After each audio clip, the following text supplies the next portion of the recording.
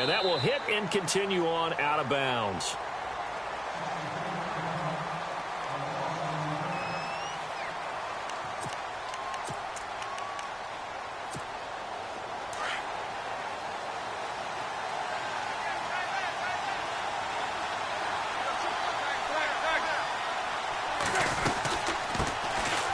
First carry for Kenyon Drake. Trying to find a lane, but instead he'll get back to the line of scrimmage and no more. No gain on the play. It'll be second down.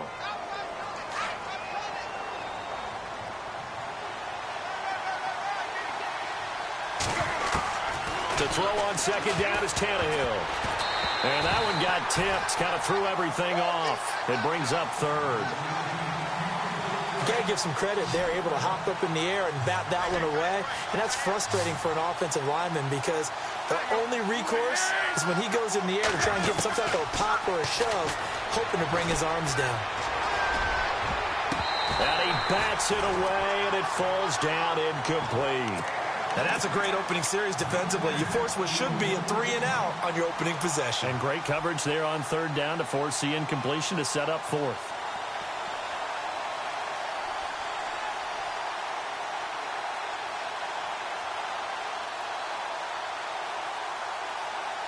The offense staying out there. They look prepared to go here on 4th and 10. They are going for it. It's Tannehill. That's to his running back, complete. And now this is going to depend on the spot. And they say he's just short. Boy, a real head-scratcher there. And that will force a turnover on downs. Before the offense changes hands here, let's look back at the Super Bowl February 5th. What a game. I know you were there calling it offensively, though. Impressive on both sides. It certainly was, and let's face it, if you're in Minnesota, it's cold outside, but you talk about the offenses, they heated up in a big way. And how about Nick Foles? The backup quarterback turned MVP. 373 yards, 3 touchdowns, and, of course, the big one receiving on the Philly special. Quite a story. As you and I were talking about off air, it was just a... And he is into the end zone for a Cowboy touchdown.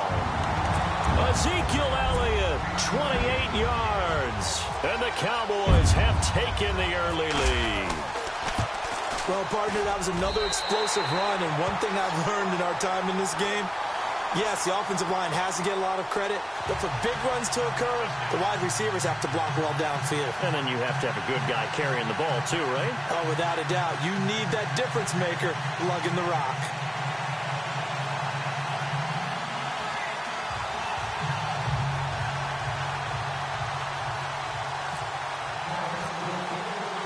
Bailey now to kick this one away. That's fielded in the end zone. Ooh, the juke. And he'll probably wish he'd reconsidered here. It will cost him 10 yards as he's down at the 15. Miami's offense getting ready to come back out onto the field. Take a step back, Charles. You look at the Dolphins in 2017. Look, they were 10-6 in 2016. Many people thought, wow, here we go. 2017 high hopes. They limped to a 6-10 finish, however. Yeah, and you use the word limped, and it started with the injury to Ryan Tannehill. His knee in preseason, in camp, and then they decided to bring in Jay Cutler. That didn't work the way they expected to work at the quarterback position. Jay Ajayi was a Pro Bowl, well over 1,000-yard runner the year before. The chemistry wasn't right. He gets traded to Philadelphia midseason. And Jarvis Landry, over 100 catches this year, but yards per catch, well below 10 yards. So when you add it all together, not what they expected on the offensive side of the ball. He couldn't quite hold it. Got hit. Ball pops out, incomplete. They'll run it now out of the gun. They find some open field here. And he'll get this one up to about the 39 here. A nice job to get 8 there after the incompletion, and now they'll look at a 3rd and 2 coming up. But expanding a little bit on Kenyon Drake, interesting year because hardly used early on. Then Jay Ajayi goes to Philly, and he took over as the Dolphins' lead back after that trade. And was never a lead back in college. He was always that accessory piece who helped him in the special teams as well. So we'll see what the Dolphins decide to do in 2018, see if they give him a little competition at that spot.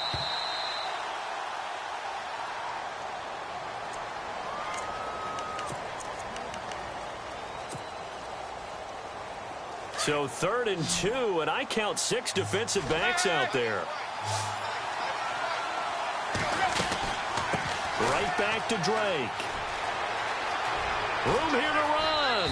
And he is out of bounds on the other side of midfield. That one good for 13 and a Dolphin first down.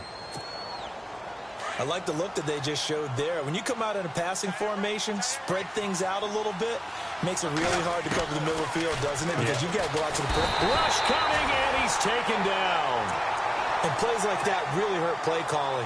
They had a really nice gain on the previous play, but gave about half the yardage back on the sack.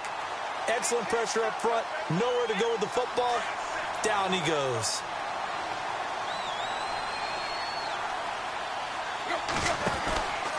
Counter play, Drake, and an alley to run. And he's got this one just across midfield to the 49. Now pickup of 7 there, but they'll still have 12 yards to go on third down. This drive is turning into an extended one, and the guy carrying the ball, he's becoming more like a body blows guy. Every carry is putting some damage on the defense. So after a while, I'm not too sure how many guys are going to want to run up and tackle him. And incomplete. The contact made the ball roam free and brings up fourth down. This defense is not going to make it easy for you. They're a physical group, and we just saw it there on that play. It came in, made the contact, just as he's trying to haul it in. They snap it to Tannehill. And this is caught. He hits Landry. And they're able to get this one down to the 25. It's a gain of 24 that time. And it's first down, Miami. A shotgun snap for Tannehill.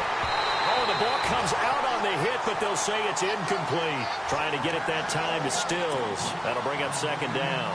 They're bringing a lot of pressure here already in the first quarter. Already sacked him once. Now they get in there and knock another one away. You think maybe that Tucker rule being gone makes defenses a lot bolder? Yes, indeed. That time, lucky that the arm was going forward, incomplete pass. They'll set up the screen to Drake. And he'll take it down here just shy of the 15 at the 16-yard line. They'll wind up getting 10 back as that sets him up for third down. He's already proven to be a factor in the running game on this drive. Now he gets involved in the passing game. I think what we're seeing here is the modern version of workhorse in the NFL, being able to run it and catch it with equal proficiency. Back now with Charles Davis. I'm Brandon Gaudin. Second quarter begins with the Dolphins in possession of the football. They're on the march, but facing a third down here.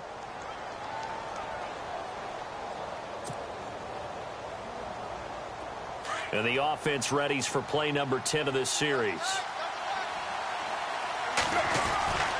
On third and short, Drake. And he's going to go backward. They get him behind the line. That'll make it fourth down after a loss of 1.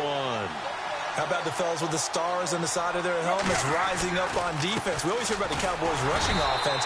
Their rush defense is pretty good as well, I think, because they're so cohesive.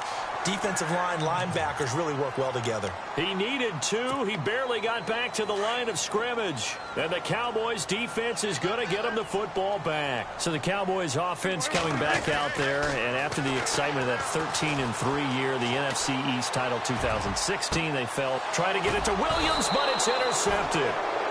Picked off at the 47. And his guys are going to get the football at their own 47-yard line.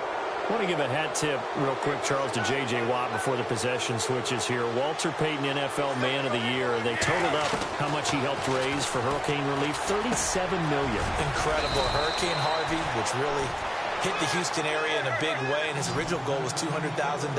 So congratulations to J.J. Watt and all the people who participated. And Greg Olsen of the Panthers, Benjamin Watson of the Ravens, both tight ends, also nominated and finalists for the most prestigious award as determined by the NFL, the Walter Payton Man of the Year Award. It's a 7-yard gain there, and it's good enough to move the chains. Clock running, under 4 to play now as they come up on 1st and 10. They stay on the ground with Drake. And he is knocked down from the side at the 32-yard line. Give him 5 on the carry there, and it'll be second down. He hasn't had a ton of success here so far, but you get the feeling that he might be on the verge of popping one. Yeah, even on that one, there was a little... He's got it. Touchdown, Dolphins. Kenny Stills, 32 yards. And the Dolphins are an extra point away from tying up this football game. And, partner, they found a gap there on the post pattern, and it was in the middle third of the field. And that's really difficult to do because ordinarily the safeties are back there to prevent that happening. But they found the opening and exploited it.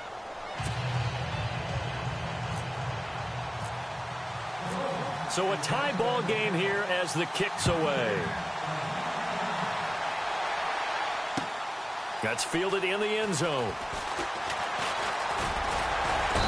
And he'll be brought down at the 23, make it the 24-yard line. CD, I want to get your thoughts on some potential free agents this offseason before we change the possession here. Now, caution, many of these guys could be re-signed, I know, but who are some of them? Kirk Cousins is one. Yeah, we're talking about difference makers. Kirk Cousins at the quarterback position. He's going to be coveted around the league by quarterback-needy teams. Case Keenum had a big year. Could he move?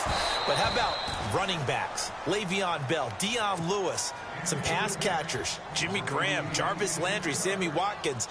And about the guy who goes and gets quarterbacks, DeMarcus Lawrence had a monster year for Dallas last season. Yeah, a lot of big names that could be out there as free agents. On second down, Prescott again. Now that'll be tipped and intercepted. Picked off by Kiko Alonso. So he actually